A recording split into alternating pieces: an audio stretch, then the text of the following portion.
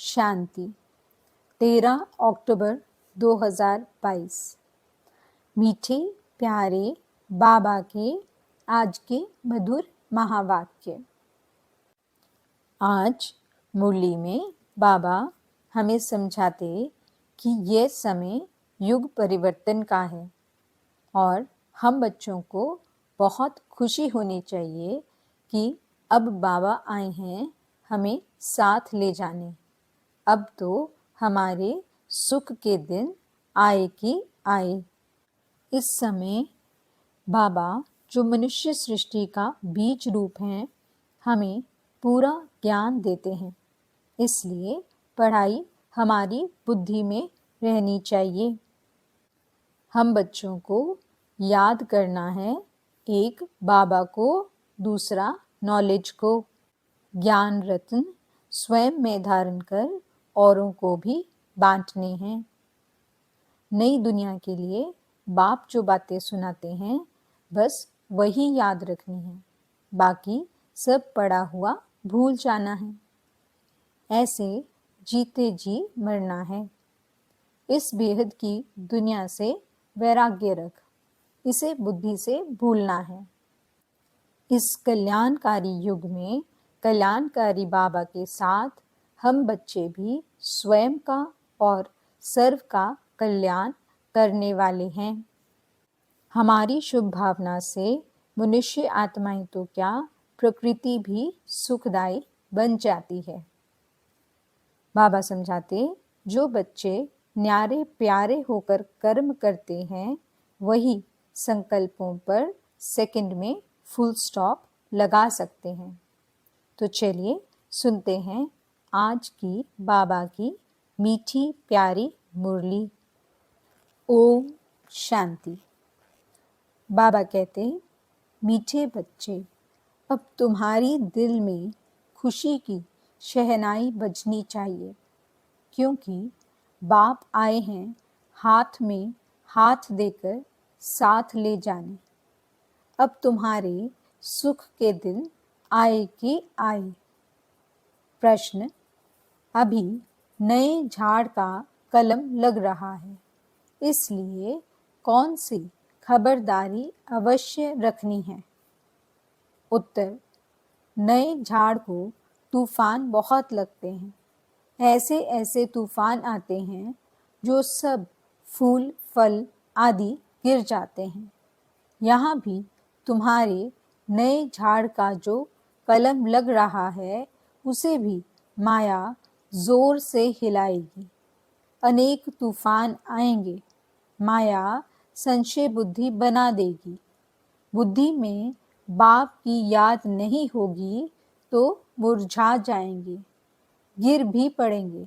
इसलिए बाबा कहते, बच्चे माया से बचने के लिए मुख में मुहलरा डाल दो, अर्थात धंधा आदि भल करो, लेकिन बुद्धि से बाप को याद करते रहो।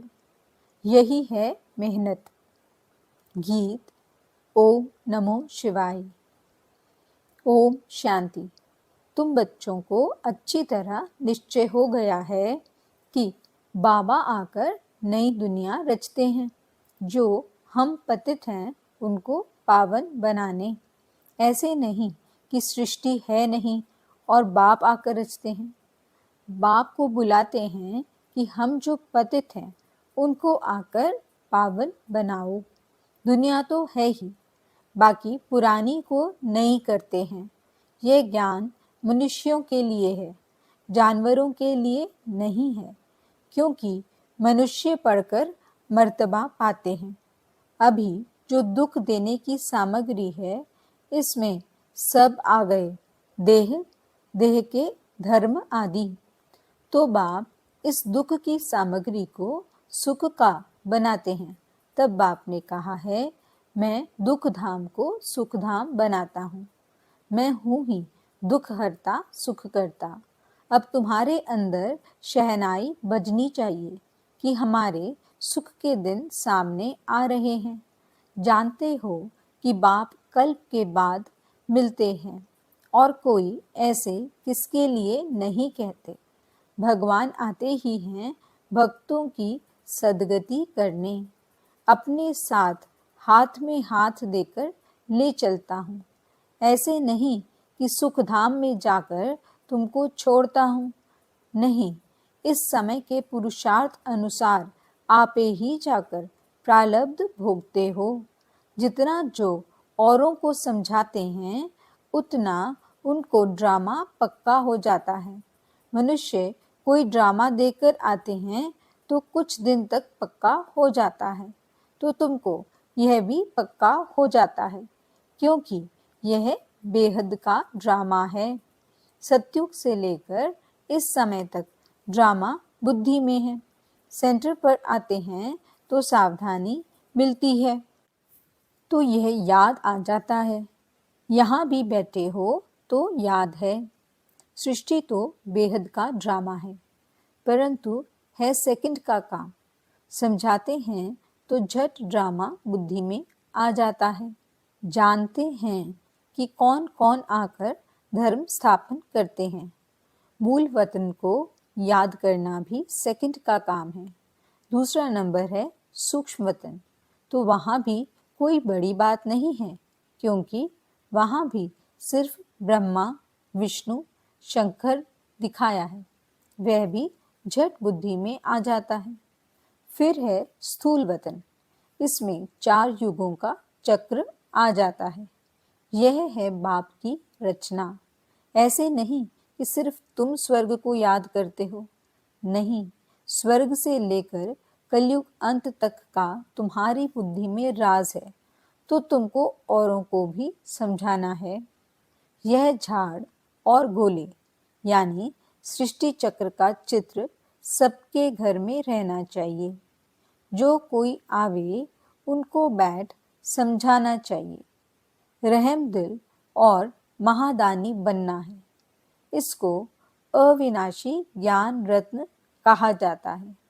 इस समय तुम भविष्य के लिए धनवान बनो। बाप समझाते हैं, बच्चे, अब तक तुमने जो कुछ पढ़ा और सुना है उन सबको भूल जाओ। मनुष्य मरने समय सब कुछ भूल जाते हैं ना, तो यहाँ भी तुम जीते जी मरते हो। तो बाप कहते हैं, मैं नई दुनिया के लिए जो बातें बताता हूँ वही याद करो। अभी हम अमर लोक में जाते हैं और अमरनाथ द्वारा अमर कथा सुन रहे हैं। कोई पूछते हैं, मृत्यु लोक कब शुरू होता है? बोलो, जब रावण राज्य शुरू होता है। अमरलोक कब शुरू होता है? जब राम राज्य शुरू होता है। भक्ति की सामग्री तो ऐसे फैली है जैसे झाड़ फैला हुआ हो। अब नए झाड़ का कलम लग रहा है, तो ऐसे झाड़ को माया के तूफान देखो कितने लगते हैं। जब तूफान लगता है तो बगीचे में जाकर देखो कितने फल फूल गिरे हुए होते हैं, थोड़े बच जाते हैं। यहाँ भी ऐसे है कि माया के तूफान आने से और बाबा की याद न रहने से मुरझा जाते हैं, कोई तो गिर पड़ते हैं। हाथम ताई का खेल है ना कि मुख में मुहलरा डालते थे। अगर बुद्धि में बाबा याद हो तो माया का असर नहीं होता है। बाबा ये थोड़े ही कहते हैं कि धंधा आदि न करो। धंधा आदि करते बाप को याद करो, इसमें मेहनत है। राजाई लेना कोई कम बात है क्या? कोई हद की राजाई लेते हैं तो भी कितनी मेहनत करनी पड़ती है। यह तो सतयुग की राजाई लेते हो, मेहनत जरूर करनी पड़े। परमात्मा को ज्ञान का सागर कहा जाता है, जानी जाननहार नहीं। जानी जाननहार माना थॉट रीडर, यानी अंदर को जानने वाला। वास्तव में यह भी एक रिद्धि सिद्धि है, उससे प्राप्ति कुछ नहीं। अगर उल्टा भी लटक जाएं तो भी प्राप्ति कुछ नहीं। आजकल तो आग से भी पार करते हैं। एक सन्यासी था, उसने आग से पार किया। सुना है सीता ने आग से पार किया, तो यह भी आग से पार करते हैं। अब यह सब दंत कथाएं हैं। वह कह देते शास्त्र अनादि हैं। कब से? तारीख तो कोई है नहीं, दूसरे धर्मों की तारीख है, उससे हिसाब लगाया जा सकता है। जैसे कहते हैं क्राइस्ट के 3000 वर्ष पहले भारत हेवन था, परंतु हेवन में क्या था यह नहीं जानते। झाड़ का राज तुम्हारी बुद्धि में है। तुम वर्णन कर सकते हो कि इस वृक्ष का फाउंडेशन कैसे लगा, फिर कैसे वृद्धि को पाया। जब फ्लावर वाज यानी फूलदान बनाते हैं तो ऊपर में फूल बनाते हैं। यह भी ऐसे है। पहले देवी देवता धर्म का तना था, पीछे यह सब धर्म तने से निकलते हैं, अर्थात उनकी प्रजा का फ्लावर दिखाते हैं। अब विचार करो, हर एक धर्म जब आता है तो फूलों का बगीचा था। गिरती कला पीछे आती है, अर्थात पहले गोल्डन, सिल्वर, कॉपर, अब आयरन में है। पढ़ाई तुम्हारी बुद्धि में होनी चाहिए। नॉलेजफुल बाप बैड वृक्ष और ड्रामा का फुल नॉलेज देते हैं। इस कारण परमात्मा को ज्ञान का सागर बीज रूप कहा जाता है। यह मनुष्य सृष्टि का बीज रूप है जो ऊपर में रहता है। जो इनकॉर्पोरियल वर्ल्ड आत्माओं की है उनको ब्रह्मांड ब्रह्मलोक कहते हैं, जहाँ आत्माएं अंडे मिसल रहती हैं, साक्षात्कार भी करते हैं। आत्मा बिंदी रूप है। जैसे फायरफ्लाई यानी जुगनू जब इकट्ठे उड़ते हैं तो जगमग होती है, परंतु वह लाइट कम है, तो आत्माएं भी इकट्ठी उड़ेंगी। इस छोटी सी बिंदी में 84 जन्मों का पाठ भरा हुआ है। बाबा तुमको सारे ड्रामा का साक्षात्कार कराते हैं। जिस ड्रामा के अंदर आत्मा एक्टर है और एक्टर्स को इस ड्रामा का पता नहीं है। तुमको याद करना है, एक बाबा को, दूसरा नॉलेज को। ज्ञान तो सेकंड का बहुत सिंपल है, परंतु ज्ञान शुरू कब से हुआ विस्तार करना पड़ता है, क्योंकि भूल जाता है। माया के विघ्न भी पड़ते हैं, शारीरिक बीमारी आ जाती है। आगे कभी बुखार नहीं हुआ होगा, ज्ञान में आने के बाद बुखार हो जाता है, तो संशय पड़ जाता है कि ज्ञान में तो बंधन खलास होने चाहिए, परंतु बाबा तो कह देते यह बीमारी और आएंगी, हिसाब किताब भी चुकतू करना है। भक्ति में मनुष्य 9 रत्नों की अंगूठी पहनते हैं, बीच में वैल्यूएबल रत्न लगाते हैं, आजू बाजू कम कीमत वाले। कोई रत्न 1000 वाला होता है, कोई 100 वाला। बाबा कहते हैं कि यह हीरे जैसी अमूल्य जीवन है, तो सूर्यवंशी में जन्म लेना चाहिए। सतयुग का महाराजा महारानी और त्रेता के अंत का राजा रानी कितना फर्क होगा। यह ड्रामा की कहानी औरों को भी समझानी है। आओ तो हम आपको समझाएं कि 5000 वर्ष पहले एक बहुत अच्छा देवताओं का राज्य था। उन्होंने यह पद कैसे पाया। लक्ष्मी नारायण जो सतयुग की राजाई लेते हैं, उन्हों के 84 जन्मों की हिस्ट्री ज्योग्राफी सुनाएं। ऐसे ऐसे टेम्पटेशन यानी प्रलोभन देकर उन्हों को अंदर ले आना चाहिए। सेकंड की कहानी है, परंतु है पद्मों की। कहाँ भी तुम जा सकते हो, कॉलेज में, यूनिवर्सिटी में, हॉस्पिटल में जाओ तो कहना चाहिए कि तुम कितना बीमार पड़ते हो।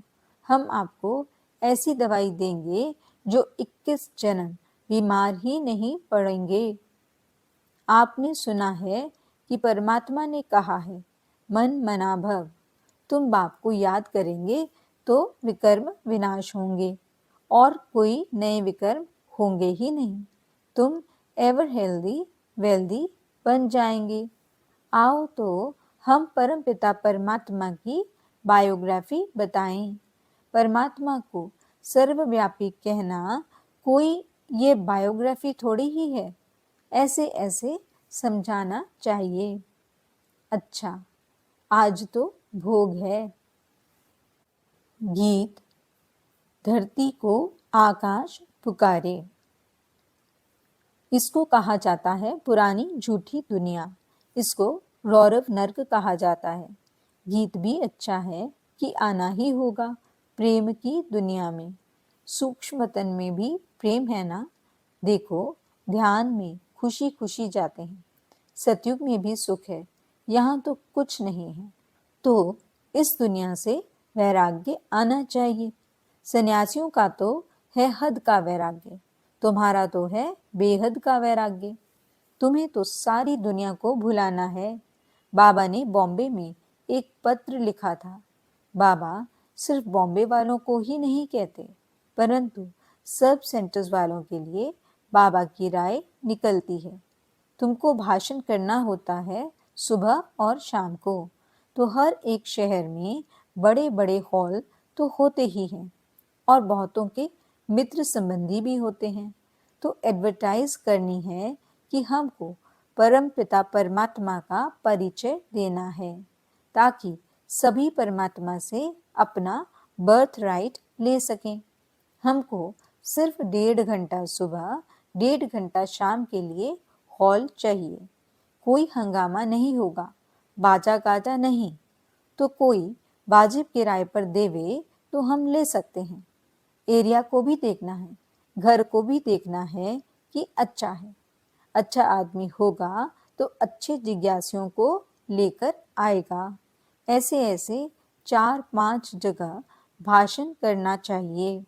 बड़े बड़े शहरों में अगर फर्स्ट फ्लोर न मिले तो सेकंड फ्लोर, नहीं तो लाचारी हालत में थर्ड फ्लोर भी ले सकते हो।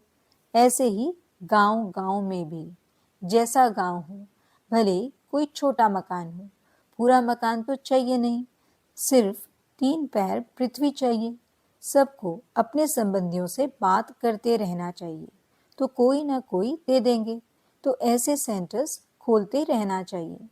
कोई तो किराया भी नहीं लेंगे और कोई लेते लेते अगर तीर लग गया तो वह भी लेना बंद कर देंगे।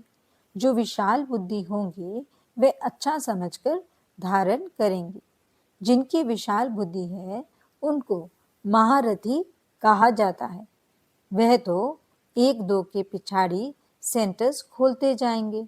बच्चे जानते हैं कि हम अपना राज्य श्रीमत पर गुप्त ही गुप्त स्थापन कर रहे हैं और कोई जान नहीं सकते कि कैसे स्थापन करते हैं।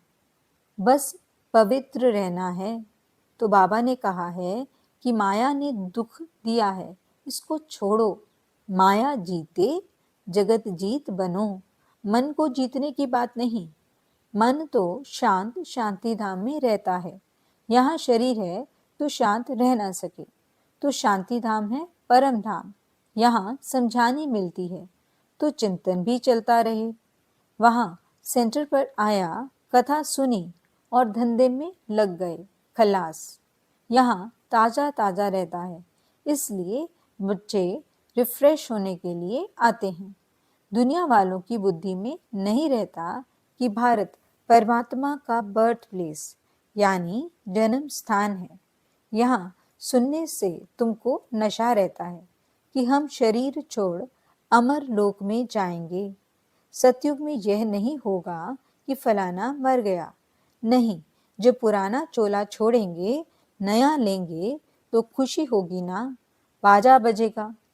अच्छा, मीठे मीठे सिकिलदे बच्चों प्रति माता पिता बाप दादा का याद प्यार और गुड मॉर्निंग। रूहानी बाप की रूहानी बच्चों को नमस्ते।